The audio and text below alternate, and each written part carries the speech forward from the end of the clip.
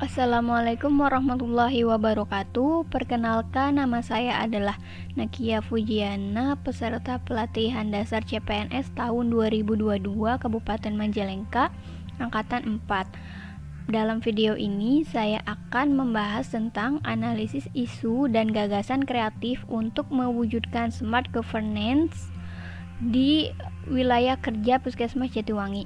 Isu-isu yang terjadi di antaranya: 1. Masih banyaknya kasus penyakit pulpa dan jaringan periodontal di wilayah kerja Puskesmas Jatiwangi. Temuan kasus tersebut berdasarkan hasil penjaringan di beberapa pospindu menunjukkan bahwa jumlah penyakit pulpa dan jaringan periodontal cukup tinggi tanpa dilakukannya penambalan maupun pembersihan karang gigi. Ini adalah menurunnya indeks kesehatan gigi dan mulut pada individu tersebut dan meningkatnya jumlah pencabutan gigi akibat gigi goyang atau akibat penyakit jaringan periodontal. Isu yang kedua adalah masih kurangnya kesadaran masyarakat terhadap kesehatan gigi dan mulut di Puskesmas Jatiwangi.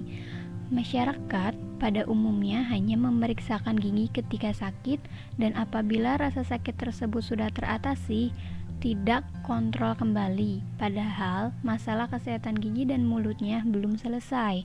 Dampaknya adalah rasa sakit hanya hilang sementara dan akan kambuh lagi, bahkan menjadi lebih parah bila tidak segera diatasi. Isu ketiga adalah belum lengkapnya bahan habis pakai di Poligigi Puskesmas Jatiwangi. Terbatasnya jumlah bahan habis pakai di Poligigi Puskesmas Jatiwangi membuat beberapa pihak yang terdampak, tentunya selain pasien yang tidak dapat mendapat pelayanan maksimal, juga pihak petugas medis yang tidak dapat memberikan pelayanan terbaik.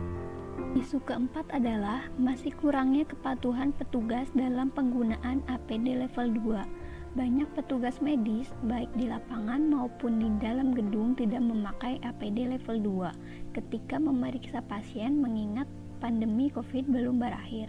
Pihak yang dirugikan adalah diri sendiri dan juga pasien karena dapat terjadinya infeksi nosokomial atau infeksi silang. Isu yang kelima adalah belum optimalnya penggunaan sarana pengaduan kepuasan pelanggan, ukuran dan juga penempatan kotak survei yang kecil sehingga tidak memungkinkan pasien untuk menyadari dan memberikan ulasan. Pihak yang dirugikan adalah pasien, petugas, dan juga instansi. Dampak dari pengaduan pelanggan dapat menjadi buruk apabila tidak tersampaikan dengan baik dan malah tersebar di sosial media sehingga merugikan semua pihak. Isu yang keenam adalah belum optimalnya pengisian rekam medis online.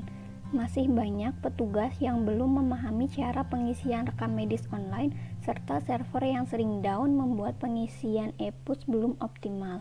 Pihak yang dirugikan adalah petugas dan pasien. Dampaknya, apabila masalah ini terus terjadi, maka dapat mengganggu alur pelayanan puskesmas.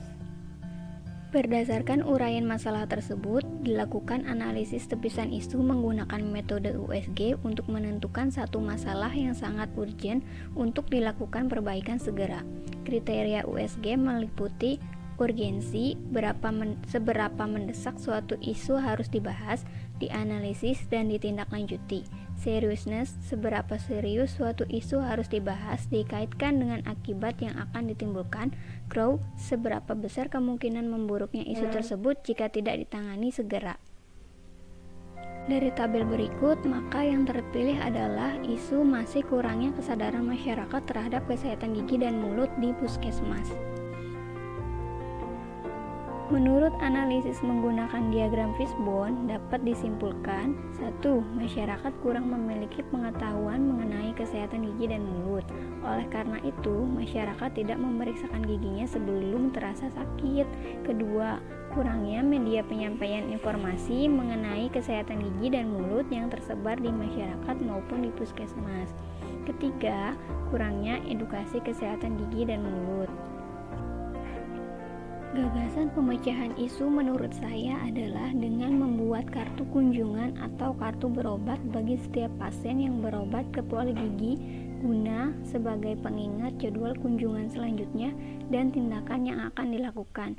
Selain itu, kartu kunjungan ini juga dilengkapi dengan edukasi sederhana namun menarik sehingga pasien dapat secara tidak sadar tertarik untuk membacanya. Demikian yang bisa saya sampaikan, kurang lebihnya saya mohon maaf. Terima kasih atas perhatiannya. Assalamualaikum warahmatullahi wabarakatuh.